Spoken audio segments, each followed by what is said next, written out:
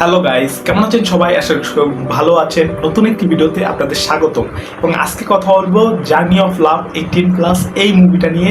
এই মুভিটা আমি দেখে ফেলেছি। এটি একটি মালায়ালাম ইন্ডাস্ট্রির মুভি এবং এই মুভির লিড রোলে আছে নাসলেন।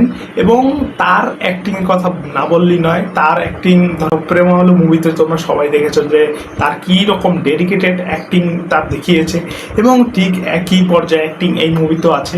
এবং এটা মালায়ালাম ইন্ডাস্ট্রির মুভি এবং এটা তো কেমন হবে জানোই। কিন্তু এই মুভিটা আমি এক্সপেকটেশন ছিল যে একটু ভালোই হবে, কিন্তু ওরকম এক্সপেকটেশন অনুযায়ী হয়নি।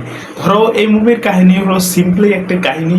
ধরো প্রথম প্রেম ভালোবাসা দেখায় মেয়ের সাথে, তারপর নাসলিনের যে প্রেম ভালোবাসা দেখায় তার যে স্কুলের একটা মেয়ের সাথে, তারপর দেখায় যে তিনি বিয়ে করবে আর কি। মেয়েটা চায় যে তিনি ভেগে যাবে আর কি, পালিয়ে বিয়ে করবে তারা। পালিয়ে বিয়ে করার যে যাবে যে তার জন্য কি কি ঝামেলা পোহাতে হয় তাকে, তার বন্ধুদের সাথে কীভাবে সাহায্য নেয়, তার টাকা লাগবে কি লাগবে সব দেখানো হয় এই জায়গায়। তারপর তার বিয়ে হয় কি বা না সেটা তোমরা মুভিতেই দেখবে। কিন্তু একটা কথা বলে রাখি যে এই মুভির যেই কাহিনী হলো একটা সিম্পল কাহিনী ভাই, কোনো ঘুরিয়ে পেঁচিয়ে কিচ্ছু দেখা না, সিম্পলিভাবে প্রেজেন্ট করার চেষ্টা করেছে। কিন্তু ভাই এই কাহিনীটা আরও বেটারভাবে প্রেজেন্ট করতে পারতো। এবং প্রথমে যদি মুভিটা দেখা শুরু করো তোমাদের কাছে বোরিং ফিল হবে। ভাই এটা কি দেখতে বসছি, মনে হয় যে সিরিজ দেখতে বসছি, শেষই হচ্ছে না এরকম। ধরো ফার্স্ট হাফ মোটামুটি, সেকেন্ড হাফ একটু মোটামুটি বেটার, কিন্তু ক্লাইম্যাক্সটাও অতটা গ্রিপিং না। মুভিটা আরও বেটার হতে পারতো। মালায়ালাম ইন্ডাস্ট্রির মুভি সেই অনুযায়ী আমি আশা এক্সপেকটেশন বেশি রেখেছিলাম, হয়তোবা এই জন্যই ভাই যে মুভিটার প্রতি অতটা আমার লাগেনি, গ্রিপিং লাগেনি। কিন্তু নাসলানের ধরো যেই মুভিগুলো ছিল, যে আগের যেই প্রেম আলো মুভিটা আছে, মানে এটা নিউ এসেছে, কিন্তু এটা এসেছে 2022 সালের নয়, মানে প্রেম আলোর আগে। কিন্তু ওই মুভিটা ধরো ওর অতটা আর কি যে প্রভাব ফেলতে পারেনি। লাভ স্টোরি যে মুভিটা অ্যাঙ্গেলটা দেখানো হয়েছে, ওই লাভ স্টোরি অ্যাঙ্গেলটাকে ভালোভাবে প্রেজেন্ট করতে পারেনি।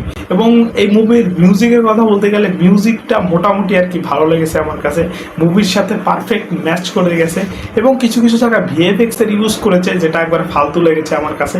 এবং আরেকটা কথা বলে রাখি, মালায়ালাম ইন্ডাস্ট্রির এটা মুভি, কিন্তু এটা ভাই মালায়ালাম ইন্ডাস্ট্রির মুভি হয়েও ধরো মনে হচ্ছে যে ভাই কোনো বলিউডের মুভি দেখছি, কারণ লাভ স্টোরি বলিউডের সেই আগের যুগের মতনই দেখানো হয়েছে। ভাই এটা আর একটু নতুনভাবে প্রেজেন্ট করার চেষ্টা করতে পারতো, কিন্তু সেটা করেনি, কেন জানি না ভাই।